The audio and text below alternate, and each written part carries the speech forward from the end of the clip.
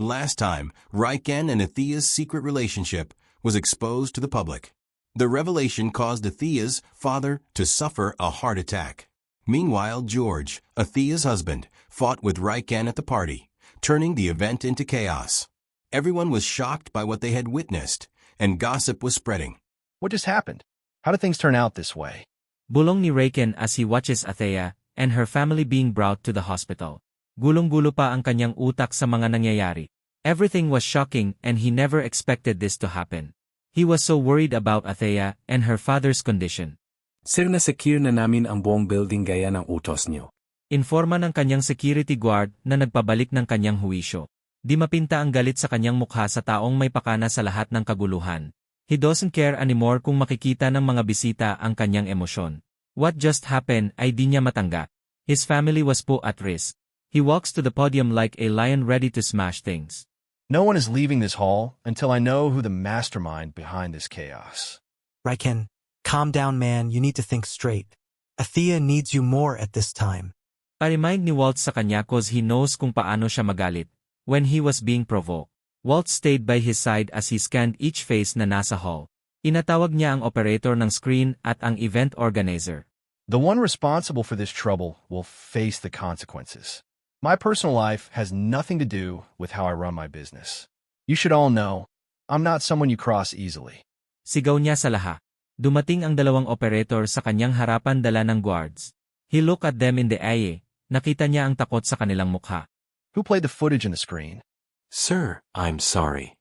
I just played the documents they gave me. I know it's my fault because I didn't double-check the file, but it was a last-minute presentation. They said it was part of the company's program, something they rushed in at the last second. Who gave it to you? It was from the design team, headed by Myrna. She is the one who gives us all the files for the presentation. Paliwanag ng operator. Baka sa mukha ang sobrang takot dahil sa aura niya ngayon. He was known to be strict at work. Then, one lady came to their side. Sir, I am sorry for my negligence. I organized the presentation, but I don't have idea what's in the last file. Luis just gave it to me at the last minute. Di ko na na-check dahil patapos na ang programa, and she said it was urgent. Hinabol lang namin. When he heard about Luis, alam na niya na ito ang may pakana. Then the security guards came in, hila-hila si Luis na nagpupumiglas. Naniningkit ang kanyang mga mata sa galit. Atong-pato na ang kasalanan nito sa kanya. Sir, nakita namin na gustong umalis kahit sinabi mo na walang lalabas. Now that he know kung sino ang salarin, he asked his executive na payagan umalis ang mga bisita at humingi ng paumanhin. His visitors doesn't need to witness the commotion, but his employee can para di maparisan ng iba ang ginawa ni Luis. Do you know what you have done? Who are you to do this? What is your right to ruin everything? Riken, I'm sorry. Don't call me by that name. You have no right. There's only one woman I allow to call me that, and that's my beloved. As far as I recall, I have no personal connection with you, aside from you being the daughter of this company's former owner. Sigaw ni Riken sa babae. He lost respect for this woman. She is a reflection of greed, a brat, and selfishness. Do you understand what you've done? The consequences of your actions? Her dad just recovered from a heart attack a few weeks ago, and now, because of you, he's back in the hospital. And for what? For selfish reasons. Napapaigtad si Luis sa bawat salitang binibitawan niya. But still, she tried to cling to Riken, but he keep his distance. Who give you the right to do that to her, to us? What is your motivation? Dahil mahal kita, Riken, at ang babaeng yun ay malandi. Inilayo lang kita sa kapahamakan. Biglang nagpantig ang tainga ni Riken sa narinig mula kay Luis. When Luis tried to hold him, Riken pushed her away. He looked at her directly into the eye. Nakakuyom ang kamao sa mesa. Sino ang babaeng ito para siraan si Athea? Wow, really? You love me, or my status? Do you even know me well enough, or her to say that? Do you hear yourself? What do you call someone who keeps forcing themselves on someone who doesn't care about them? Do you think I don't see right through your intentions? Riken keeps walking back and forth to calm himself. His anger is blowing up. Asalama si Luis babae ito, dahil kung hindi kanina pa siya naglupasay sa sahig. You don't know what she had been through for you to accuse her that way. Do you even know her story? You are nothing but an envious, selfish brat. Alam niya nakikinig lang ang lahat sa bawat salitang binibitawan niya. He intend to let them know. Everyone, listen up. I'll only say this once. For your information, I met Athea long before I came here. I searched for her for a long time. She's the reason I bought this company. Tiningnan niya ang bawat isa. He knows everyone in this room will be judging her as well. Much better if they got all the whole information from him. I met her abroad when she was in pain, suffering from heartbreak and humiliation caused by her so-called husband, who cheated and abandoned her for another woman. Now tell me, how could she be cheating if they were already separated when I met her? Firm na wika ni Raiken. He will clear Athea's name from everyone's judgment. Athea doesn't deserve to be humiliated. We keep it hidden because their annulment was still in process, that her husband filed it first. Not one of you here has the right to judge her. You don't know her story and the pain she has been through. Raiken looks at Lois once again. You've ruined my company's reputation, dragged my name through the mud, and caused enough damage in someone's life. Now face the consequences, Louise. I can't forgive you for this. Pray that her father recovers from this attack, because if he doesn't, I assure you, you'll spend the rest of your life in prison. I'm taking back everything I gave your father. Yes, I bought it all from him, but left a portion as his legacy. That privilege ends now. You don't deserve it. I'll make sure you have no future in the industry you once belonged to. You know my connections, Louise. You crossed me. Now face the price of your actions. Raiken saw how Lois was shocked and fell to the ground. Ngayon pa ata nag-sink in ang kanyang ginawa. What Raiken had imposed served as her lesson for stepping down on someone she thought below her. Take that woman away from here and make sure she never sets foot in my building again. And Layla, file a case for grave threats. She clearly threatened you. I saw how she maltreated you over the past few days. Raiken walked away out from the event hall and went straight to his penthouse kasama si Waltz. His mind was on Athea. On the other hand, Athea was crying. Takot ang namayani sa kanyang puso at pilit itong pinakalma ni Leslie. Raiken asked Leslie to accompany her. He was worried about her current situation. Athea called her brother and explained the situation na ikinagulat naman ng lalaki at dali-dali itong bumiyahi pa city. George was just in the corner, di nagsasalita pero di niya pinansin. Gali siya sa lalaki. Raiken called at kinamusta siya at ang sitwasyon ng ama. Don't worry. I'll speak with the hospital management to ensure your family gets everything they need. As much as I want to be there with you, I know my presence will only cause tension. I'll send Layla to handle everything. She'll bring you clothes and Leslie. Please take care of yourself for me, okay? Medyo kumalma siya after talking to Raiken. Tama ito, she should calm down, baka maapektuhan ang anak nila. Hibang talaga ang babaeng yun, no? Nang angkin ang di sa kanya, kaya pala siya ganun kasi may gusto kay Sir. Ang ipinagtaka ko, Athea, paano napunta si George at ang parents mo dun sa event? Mahalagang bisita lang at kliyente ang may imbitasyon. That also in Athea's mind, alam niyang planado ang lahat ng nangyari. Kaya she decided to confront George na nasa isang sulok na katambay. Somebody told me about your affair. At pinakita niya ang mga picture niyo. She said kung gusto kong malaman ang totoo, I should attend that event kasama ang parents mo. She gave me an invitation. So, alam mo na pala before ka pumunta sa event? At dinala mo pa ang mga magulang ko, kahit alam mo ang kalagayan ni Papa. How could you, George? Inahamak mo siya. Yes, dahil sa sobra kong galit sa inyo, di na ako nakapag-isip ng tama. May relasyon na pala kayo ng iyong boss nang di ko alam. Talaga ba? Anong karapatan mong magali? Di ba ginawa mo din yun? Ipinahiya ba kita sa harapan ng laha? I have the right kung sino ang lalaking sasamahan ko, dahil hiwalay na tayo. You just keep on insisting about us kahit alam mong wala na. Wala na akong naramdaman para sa'yo. You are so selfish, George. Di nakapagsalita si George. Natamimi sa outburst ni Athea. Ang kaunting respeto niya sa lalaking kaharap ay nawala dahil sa ginawang kapahamakan sa ama. Pero paanong siya ang ama ng dinadala mo? Ibig sabihin may relasyon kayo nung nagsama pa tayo. Mali ka. I met him when I went abroad to heal. At para makapag-isip dahil sa ginawa mong kataksilan. He was the person who rescued me nung halos gusto ko nang magpakamatay. He saved me from those guys na gusto akong gawa ng masama dahil sa kalasingan. Kung hindi dahil sa kanya baka di ko kinaya ang nangyari. I have a one-night stand before ako umuwi ng Pinas. So we don't have a relationship back then. But he came looking for me despite the no-name and identity hidden na usapan namin. Ay sino ang di ma-inlove noon kung may isang lalaki na handang akong hanapin at mahalin? Bagay na di mo ginawa, George. So, don't play a victim here. Di ko pa isusuko ang karapatan ko sa'yo, Athea, kahit sabihin man na di ako ang ama ng dinadala mo. Then you are one selfish bastard, George. You give me more reason to stay away from you. You don't deserve me. Next day, dumating ang dalawang kapatid niya. Sinabihan sila ng doktor na nasa delikadong sitwasyon pa ang ama. He needs operation again as soon as his vital becomes stable. Binalaan sila that next attack would be fatal. Inag-usapan nila ang nangyari na ikinagalit ni Robert kay George. Kuya, kalma ka lang. Di maayos ang problema kung dadagdagan ng isang problema. Narito na ito. Wala na tayong magagawa kundi magdasal na maging successful ang operation ni Papa. Pahayag ng kapatid nila na babae that made Robert at ease. Buong panahon na naroon sila di nila nakasama ang ina. Nasa tabi ito ng ama palagi o di kaya umaalis kapag siya'y naroon. Alam niyang iniiwasan siya ng ina at masakit yun para sa kanya. Next day during breakfast, Raken sent food na galing sa hotel at vitamins niya. Alam niyang ito halos ang nagprovide sa lahat ng pangangailangan nila simula nang na-admit ang ama. Si Layla lang ang nag-asikaso. Sis, totoo ba talaga na boyfriend mo ang may-ari ng hotel na ito at siya ang ama ng anak mo? I heard it from Leslie at Layla. Turo nito sa logo ng hotel ni Raken. Pati kasi food container ay may logo nila. Athea just nod sa kapatid. May pagkachismosa ito kaya denying has no use. Gwapo ba talaga? Kasi pinag-usapan ng lahat yan nung nilaunch nila ang hotel sa Cebu. I think that was 8 years ago. Nasa Cebu ako noon for my training. Ilang taon na ba yan? He is going 38 years old. Magkaedad sila ni Kuya. Para sa akin sobrang gwapo niya. Iwan ko sa opinyon ng iba.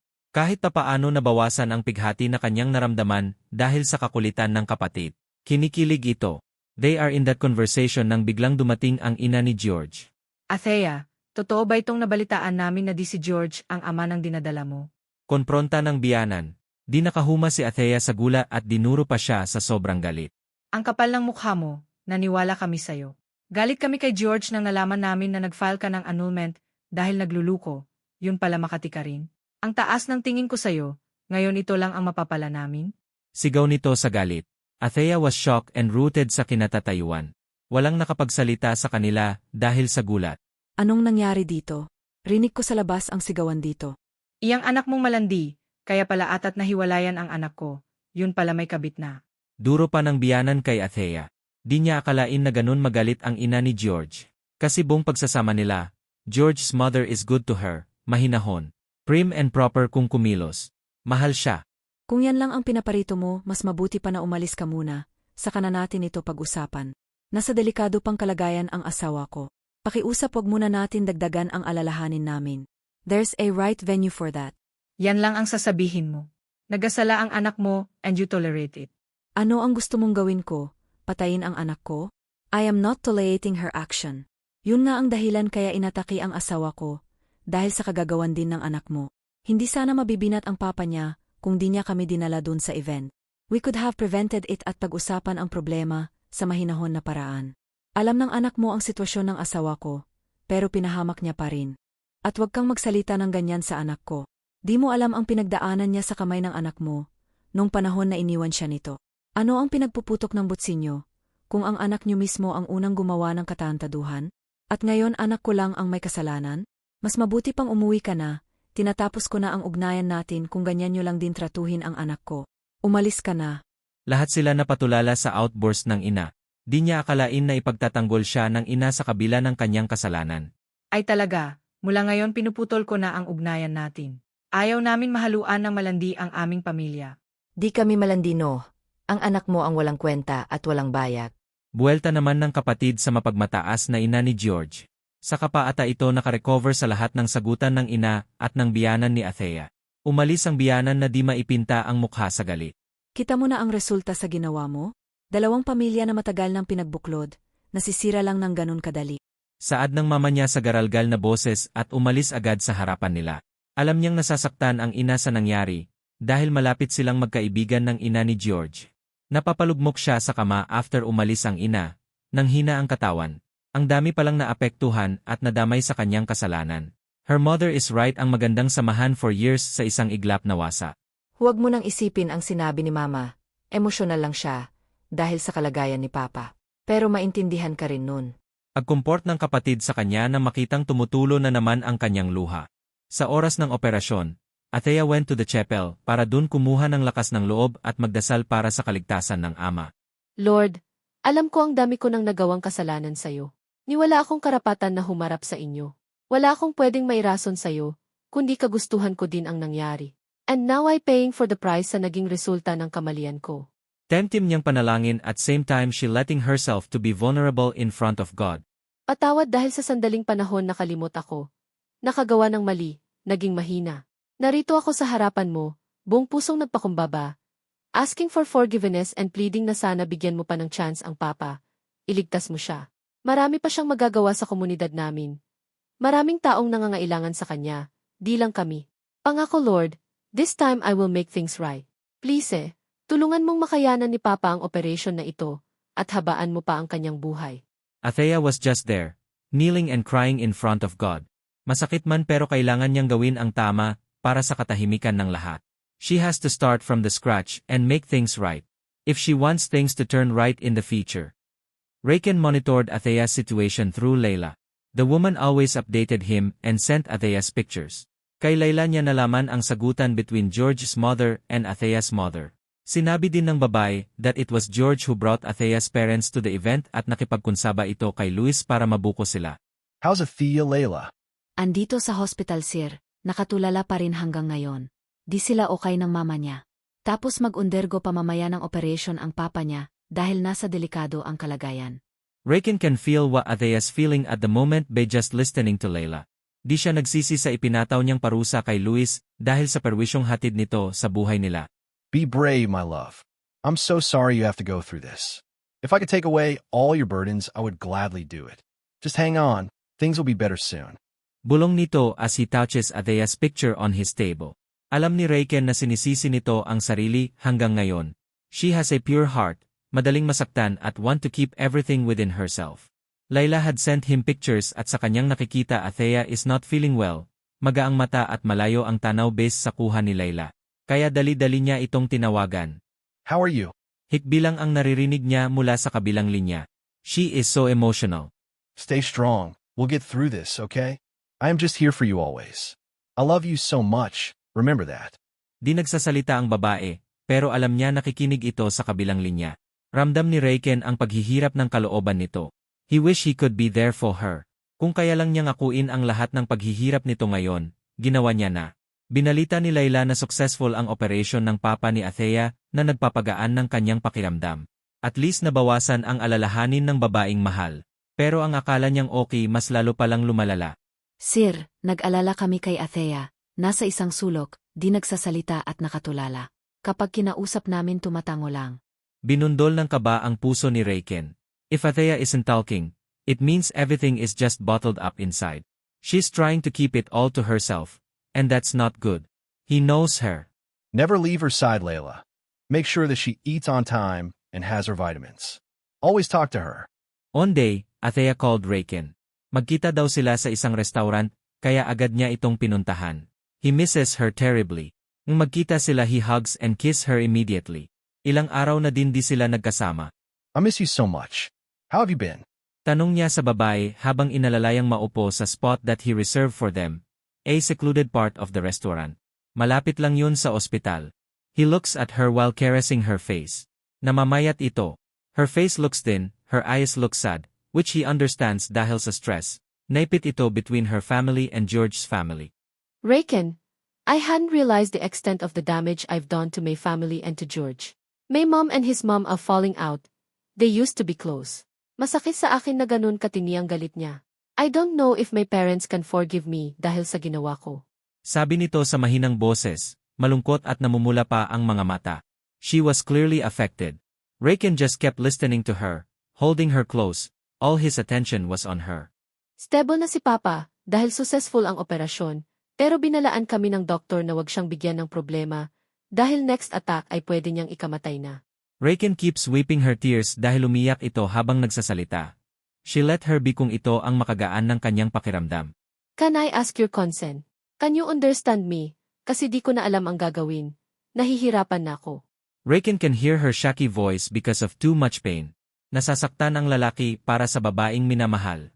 He can feel her pain inside. Tell me what it is, babe. How can I make you feel better? I just want you to be okay. Raken can take to see her suffering kaya ibibigay niya ang anumang bagay na makagaan ng damdamin nito. While in operation, I pleaded to God that I would make things right. I will start from the beginning. Basta pagalingin lang niya si Papa, and he granted my wish, Raiken. What do you mean? Kinakabahan si Raiken sa narinig mula sa babae. The way she said things parang alam na niya ang kahahantungan nito. Tapusin muna na natin ang ating relasyon sa ngayon. Let's take a break and give everything time to heal. We both knew we had started wrong. I made you blind. But now, I want to make it right. Naintindihan mo naman ako, di ba? Yes, he understand her but he wants to know kung saan siya lulugar sa buhay nito at kung ano ang asahan niya sa huli. Will you go back to George? No. I will pursue our annulment first. We know having a relationship this time is really wrong habang nakatali pa ako kay George. I want to come clean. I want to be honest in the whole annulment process. You knew how tricky it is. If you can wait until I am free, I'll be happy. But if you don't, I understand. Di kita idadamay sa gulo ng buhay ko. Hindi kita kayang ilaban, Raiken, hanggat ganito ang ating sitwasyon. Patawad. Kahit paano nabunutan si Raiken ng tinik, at least di siya makipagbalikan kay George. Gustuhin man niya magalit cause she chooses to sacrifice him. But he can't cause he understand her and her reason, her situation. Babe, if that's your decision, I'll respect it. If being apart gives you peace of mind and helps you feel at ease, I'm willing to accept that. But please, don't ask me to forget you, because I won't. I'll be waiting, no matter how long it takes. I'll be right behind you. Raiken saw how lightened Athea's face. He is glad he makes her feel better and not adding to her burden. I won't ask you to fight for me. I know you've already been dealing so much. The last thing I want is to put you in a difficult situation. Just tell me, what will our setup be? We will refrain from seeing each other and talking to each other until the annulment is finished. I will show to my parents na hiwalay na tayo, and so with George's family. She looked Raiken in the eye, as if pleading for understanding. I'm sorry, I am so sorry. Di ko natupad ang promise ko na I will stand by you no matter what. Wika nito habang umiiyak. Raiken holds her face and kisses her on the lips to calm her down and hug her close. Don't be sorry, I understand. If that's what makes you feel better, then I'll give you that. I'm willing to wait. I'm just one call away if you need me. We may not see each other physically, but my heart will always be with you, and so will my mind.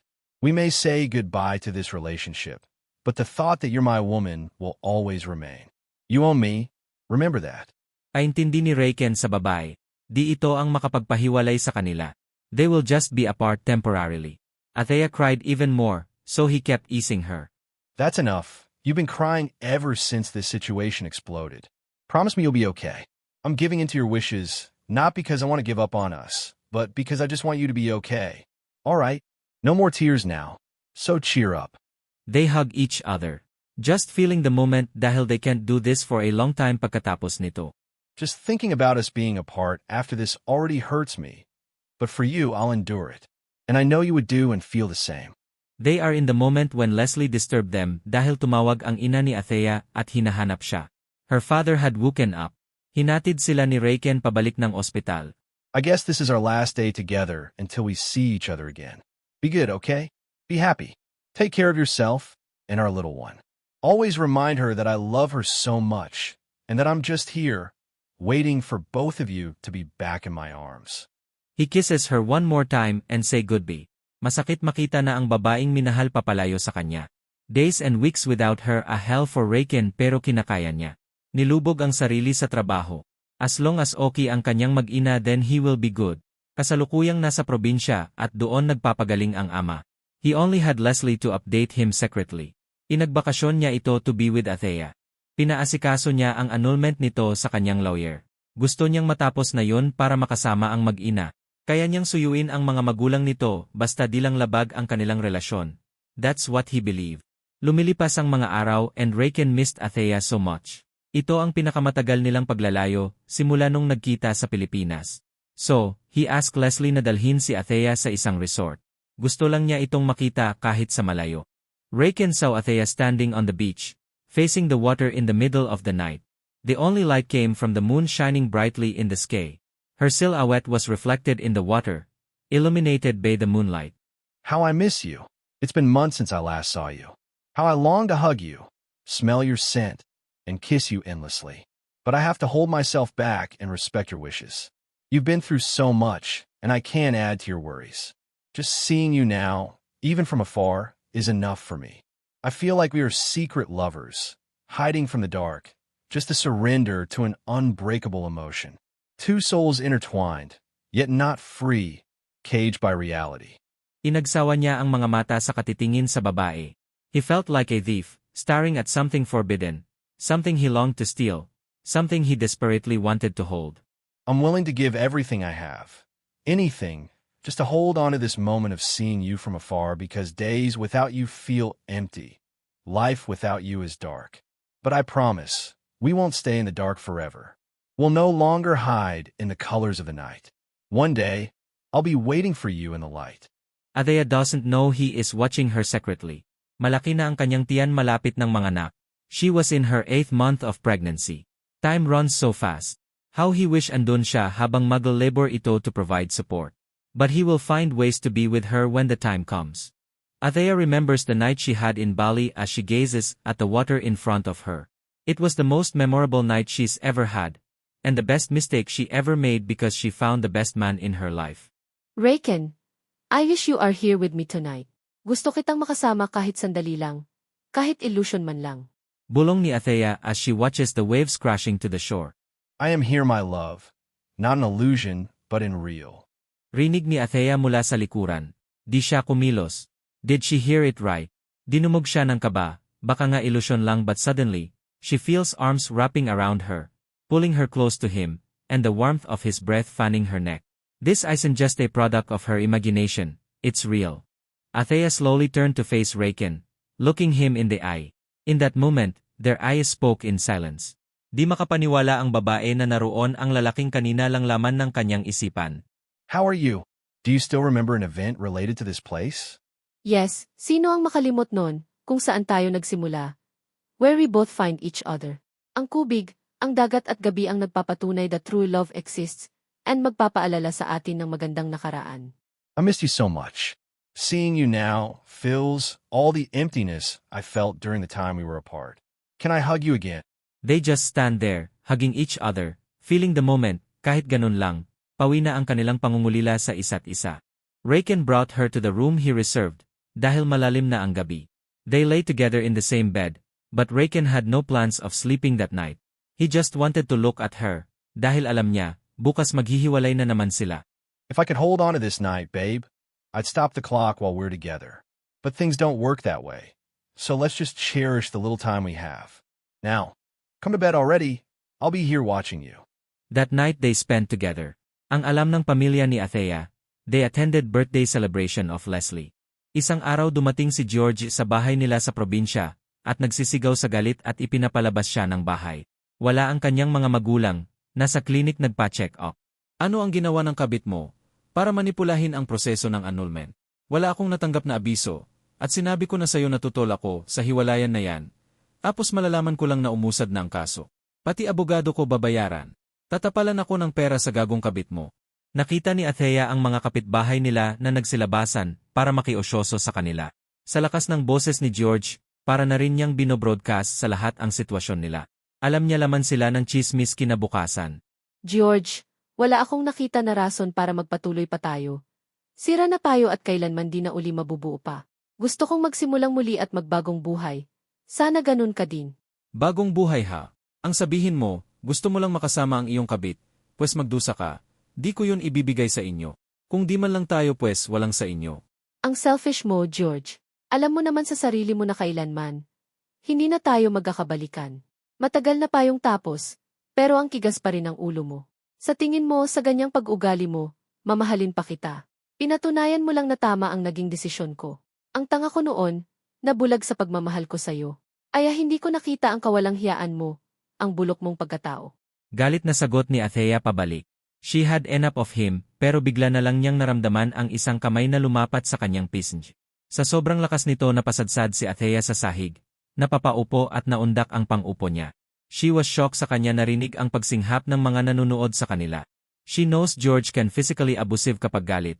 He had done it many times before pero di niya akalain na magagawa niya ito now that she is pregnant.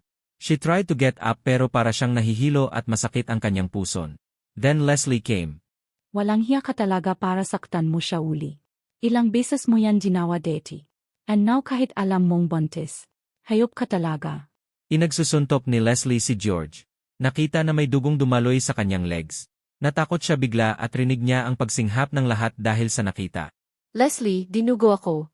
Help me and bring me to the hospital. Nataranta si Leslie sa nakita. Agad niyang sinakluluhan si Athea. Ang kapitbahay nila nag-offer ng sasakyan para dalhin sila sa hospital. George has a car but he didn't say a word. Wala ito sa sarili na nakatingin lang sa kanya na may maraming dugo ang lumalabas. Nagtulungan ang mga kapitbahay na isakay si Athea sa sasakyan. Hilong-hilo na siya sa sobrang sakit. Athea can hear Leslie calling Robert and Rayken bago siya nawalan ng malay. Leslie, what happened? Why is she bleeding? Where are you now? Rayken was so nervous from the news. He can still remember kung paano siya dinugo dati, that made him almost lost his mind. Kinuwento ni Leslie ang lahat ng nangyari. Rayken was so angry upon hearing the reason. At that moment he felt he could kill George. Dali-dali siyang umalis sakay ang chopper. Ilang minuto lang nakarating siya ng ospital. Everyone's eyes are on him as he was still wearing an office attire. The place is crowded. He asked Leslie nang makita ang babae. Nasa loob pa siya inaasikaso ng doktor, inoobserbahan pa. Abot-abot ang kaba ni Rayken, his mind overthink pero nang makita si George sa gilid, he came near and punched the guy. Napapadapa ang lalaki sa sobrang lakas ng suntok. Lahat nagulat sa eksena. Nagkakagulo, marami ang gustong umawat pero di alam ang gagawin. Rayken is a big guy and he looks powerful. You shameless asshole. How dare you raise your hand against a woman? A pregnant woman at that. Kinuwaliuhan ni Rayken ito at akmang susuntukin pa, pero dumating si Robert kasunod ang mga magulang at inawat ito. Remember this. If anything happens to her and our child, may God forgive me, but I swear I will kill you. I can make your life a living hell. I've been holding myself back because of Athea. Don't push me beyond my limits. Di nakapagsalita si George. Then the doctor came out and asked the relative of Athea. Agad naman nakipag-usap ang mga magulang niya. Rayken came near to them. She loses a lot of blood and in critical condition, kaya inabunuhan namin ng dugo. Kailangan siyang i-undergo ng cesarean as soon as possible, and the baby is still premature.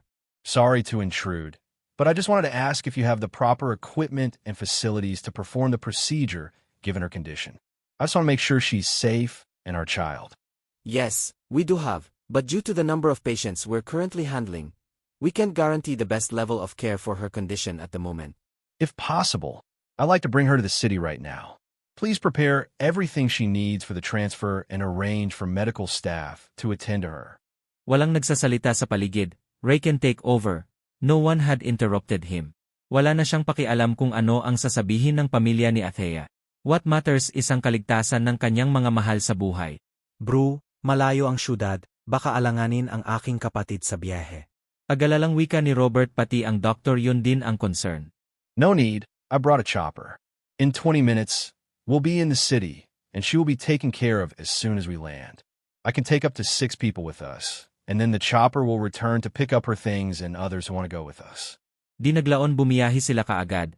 Unang sumama si Robert at Leslie, sumunod na lang ang mga magulang. While nasa biyahe tinawagan ni Rayken ang hospital at ang doktor ni Athea, kaya nang dumating sila lahat naka-ready na. Lahat di mapakali. Rayken prayed so hard para sa kapakanan ng kanyang mag-ina. Every minute pass para siyang hihimatayin sa kaba. The doctor scheduled her for cesarean operation right away. He was just there, nakasalampak sa sahig, walang pakialam sa kanyang imahi or kung may nakakilala sa kanya. Ilang minutong nakalipas Athea's parents came dala ang lahat ng gamit. Kumuha siya ng private room para lagayan ng mga gamit at pahingahan, pero lahat sila ay naghihintay sa labas ng delivery room. Lahat kabado, kung normal labor lang sana, di ganito ka-intense ang kanilang pakiramdam, but she is not. She was forced to give birth early. Then biglang narinig nilang nagkakagulo sa loob ng operating room. Mas lalong kinabahan si Rayken. All he could do is keep praying na sana maligtas ang kanyang mag-ina. Ilang sandali pa lumabas ang doktor at hinahanap ang pamilya. Rayken asked the doctor. The patient is currently in a coma. We had to induce her to help her recover.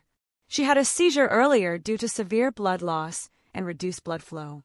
We're hoping and praying that she will wake up within 48 hours. As Rayken heard what the doctor said, parang nag-freeze ang kanyang utak. Coma is critical. Bigla siyang nawalan ng lakas. Di alam ang gagawin. Rayken heard her mother cried helplessly. Then Robert asked kung kumusta ang bata. Saka bumalik ang huwesyo niya. The baby is in an incubator due to premature birth, and we're currently monitoring her because of an abnormal heart rate. She is also in critical condition, so we can't bring her out or show her to you yet cause she's too delicate. Parang maubusan ng hininga si Reiken sa narinig. It was too painful to hear. Ang liit pa ng anak niya to suffer. Doctor, do you know why my baby's heart rate is abnormal? Mr. Reagan, your baby has a small hole in her heart. She's still too young and small to undergo an operation. Her case might still heal on its own as she grows, but it's not guaranteed. We'll continue to pray for that. Surgery will only be an option once she reaches a certain age, if the hole doesn't heal. For now, she's in a delicate condition and needs 24-hour supervision. What caused the hole in her heart when, according to the ultrasound, you said she was healthy and we followed all your instructions? The exact cause is still unknown, but genetic, environmental, and certain medical conditions in the mother can increase the risk. The most common factor is stress while carrying the baby. Whatever emotions she felt affected the baby, so I always emphasize the importance of avoiding stress. Reiken understood what the doctor meant. Athea was so stressed from the time she conceived until now. Gusto niyang sumigaw sa galit pero di alam kung saan ibabaling ang galit. All he could do is cry para ilabas ang nasa kanyang kalooban. His baby is still so young para danasin ang kanilang kasalanan. Ang kanyang mag-ina ay paehong nasa bingit ng kamatayan. Bro, kakayanin ng kapatid ko kasi fighter yun. Lakasan mo lang ang iyong loob, mas kailangan ka ng mag-ina mo ngayon. Ang palakas ni Robert sa kanya. Areho silang nakaupo sa sahig. Di alintana ang dumi o lamig na galing sa semento. May upuan naman pero wala siyang lakas para tumayo. Lahat sila nasa labas ng ICU, naghihintay na may miracle, that the doctor will declare na okay na ang kanyang mag-ina. His brother Justin came dala ng gamit niya at pagkain para sa lahat. Justin hugs him to give him comfort. Ipinakilala niya ito sa pamilya ni Athea na tinanggap naman nila. Don't tell Mom and Dad yet. I want this to be clear before I tell them. I don't want them to worry. Justin nods. He understands his brother's situation. Around 2 in the evening, while everyone is sleeping, Athea's dad came to Reiken. Tinapik nito ang kanyang balikat. Habang siya'y nakaupo sa couch, he just looked at him para alamin kung may kailangan ito. Huwag kang mag-alala, mabait ang Diyos, di niya tayo pababayaan. Magiging okay din ang mag-ina mo. What he said gives Reiken comfort. Di niya akalain na kakausapin siya nito. Di pa sila nag-uusap since sa nangyari sa event. Reiken smiled a bit at tumayo para umupo sa tabi nito. He guessed it's time for them to talk and hear their side of story. You know, this is not the time I expected us to talk. But sad to say, we meet in a very not-so-good circumstance. I will not make myself clean, but I just want you to hear our story. When we met, I didn't know she was married. She never told me. I assumed she was single. She was really broken at the time, and that's why I vowed to myself that I'd make her happy whenever we were together. I just fell for her instantly and was mad when she left without saying goodbye. I looked for her when I was so sure of my feelings. Reiken was hopeful na pakikinggan siya ng lalaki at di babarahin. He had to try. When I saw her with a bulging stomach and found out her marital status, I was heartbroken. I never wanted to be on the sidelines. Who would? But my love for her is strong. I am willing to be the father of the child, even if it's not mine. I told myself, if he loves her husband and the baby is his, then I would let go, because I don't want the child to grow up in a broken family. But when she said the baby is mine and that she loves me, I made a promise to myself. No matter what happens, I will fight for them. I just can't give them up to George, who is the cause of her misery. Nanatiling nakinig ang ama ni Athea at matiim siyang tinitigan. Parang binabasa ang kanyang pagkatao at inalam kung nagsasabi siya ng katotohanan. I know that, as her father, you're only looking out for your children's well-being, and I truly understand that. But if I have to beg and kneel before you to ask for your forgiveness and earn your blessing, I will do it, sir. Please forgive me, but I just can't give them up. I'm fighting for the people I love, my family. I won't let my child grow up in a broken home without a father to recognize and stand by them. I just want to be there for them. Di napigilan ni Reiken ang mapaluha. He had kept this emotion for so long at ngayon lang niya nailabas. I blame myself for what's happening now, because I wasn't there when she conceived. I found out too late. Her whole pregnancy was so stressful for her, dealing with the situation with George and constantly worrying about you discovering her mistakes. I respect Athea's decision of handling the situation. I didn't want to overstep or cause her worry. Our situation may be complicated, but believe it or not, none of this was planned. It just happened. We simply love each other, truly.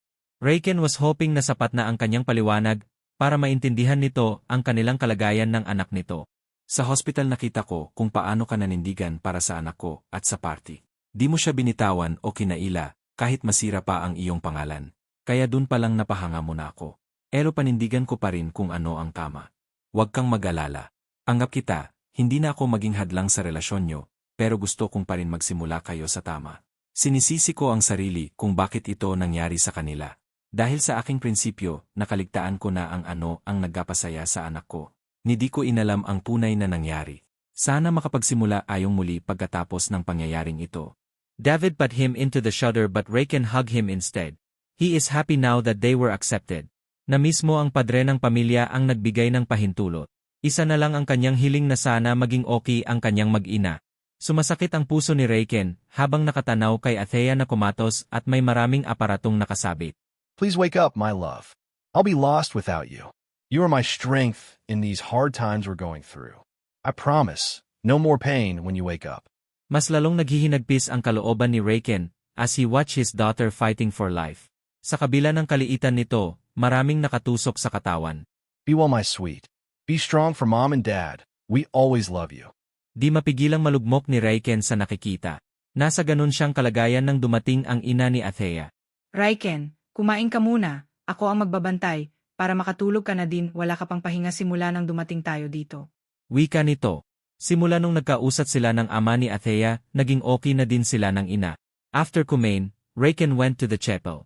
My Lord, I am not a perfect being, nor have I lived as a true Christian should, or as your Son has shown us to live. I have neglected your commandments and made countless mistakes. Nothing is hidden from your eyes. I stand bare before you.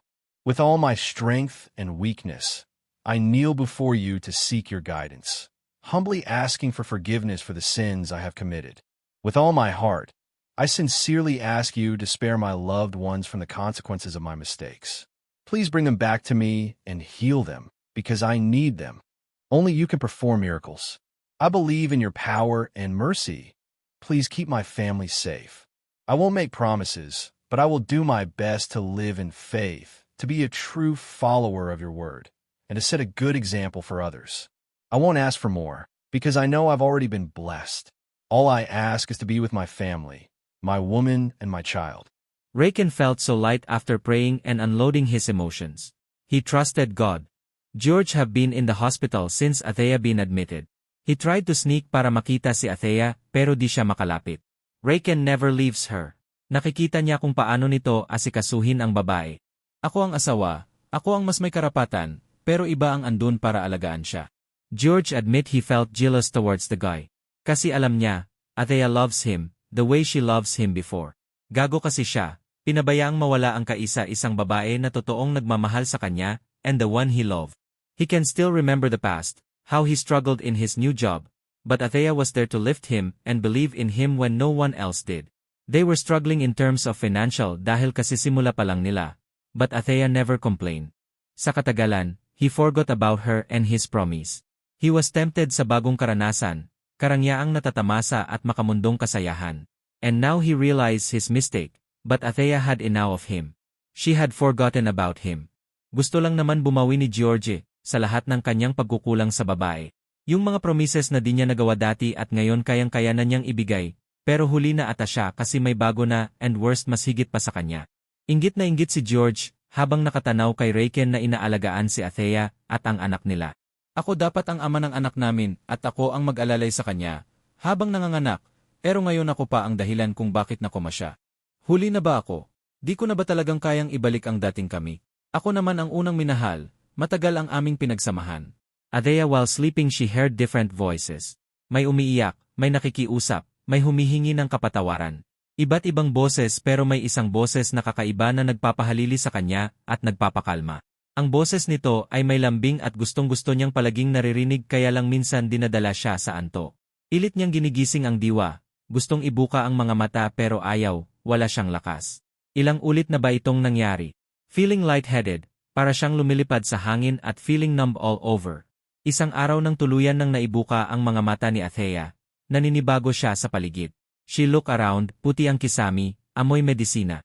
Mabigat ang kanyang pakiramdam, masakit ang katawan. Ilit inaalala ni Athea ang nangyari. When he looked at her side may humahawak sa kanyang kamay. Ang kumilos siya nagising ang taong nasa kanyang tabi. Oh my God, babe. You're awake now. Thank you. Raken is so happy and kiss Athea but she is not responding. Nanatili itong nakatingin sa kanya. Kaya Raken asks the doctor. Ang sabi nito she was still under shock due to coma at anesthesia. She still need to rest to recover. You being here, awake is enough for me. Lahat naging masaya sa kanyang paggising. Di makapaniwala si Athea nang ikinuwento ni Leslie ang nangyari at kung paano sila nahantong sa syudad. Kumusta ang anak ko, Les? Okay lang ba? Asan siya? Andun pa sa incubator kasi premature. Mas mabuti pang tawagin ko si Raken para kayo ang mag-usap. Andun siya sa anak niyo. Yung taong yun halos walang tulog na sa kababantay sa iyo at sa anak niyo. Nangamba si Athea para sa kalagayan ng kanilang anak. Di nagtagal dumating si Raken, may pagmamadali ang kilos. Babe, how do you feel? Are you okay now? Do you know me? Nangungunot ang noo ni Athea sa paraan ng pagtatanong ni Raken. Para itong takot, nanantya.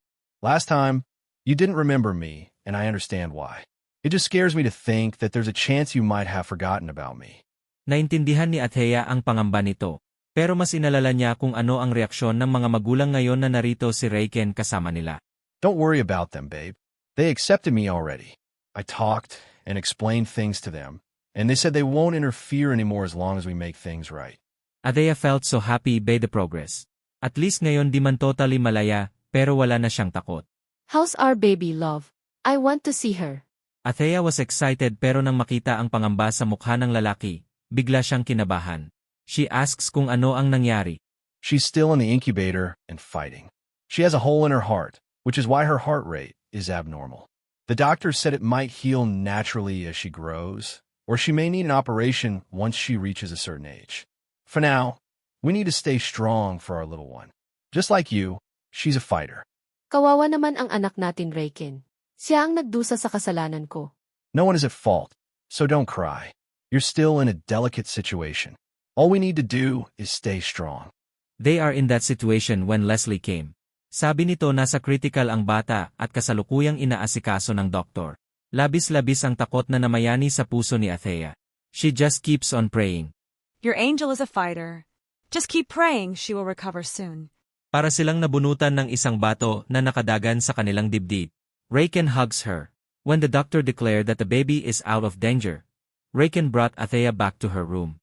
The baby is monitored by a doctor 24/7. Habang sila'y nakahiga sa kama, she asks kung paano nito na-handle ang lahat habang siya'y tulog. Babe, it's so hard, and I don't want to feel that way again. Every passing second feels like I'm about to faint. Just the thought that you both are in danger. Every hour you didn't wake up, fear overwhelmed me. My faith in God is what gives me strength, believing that you'll be okay soon. So please, be well and take care of yourself, because I don't know if I can handle it if that happens again. Athea hugs Raken para pawiin ang takot nito. Alam niyang nagpakatatag lang ito, but deep down he is afraid like her, di lang ipinakita. Isang araw galit na galit ang pamilya ni George nang makita ang pasa sa mukha nung umuwi siya galing probinsya. Inimungkahi ng pamilya na kasuhan si Raken ng grave threat, physical assault and adultery pati si Athea lalo na't nagkaanak sila. Nagpa-medical si George as evidence. Mag-file ka ng kaso laban sa kanila, George. Harap-harapan ka ng niluluko, pinagtatawanan na tayo ng ating kamag-anak. Di ko rin kayang sikmurain na tanggapin pa si Athea sa buhay natin, dinungisan na niya ang ating pangalan. But mom, I love her. Willing pa rin akong tanggapin siya, basta bumalik siya sa akin. Huwag kang tanga, George, iniputan ka na sa ulo, madumi na siyang babae.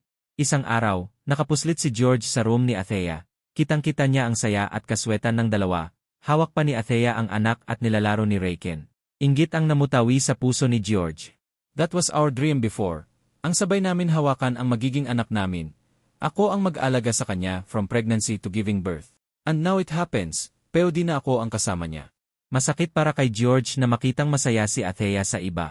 He is martyr para makayanang tingnan ang dalawa, kahit parang pinupunit na ang kanyang puso sa sakit. Hindi pwede to. Haharangan ko ang pagsasama niyo. Ako ang magiging ama sa anak mo, Athea.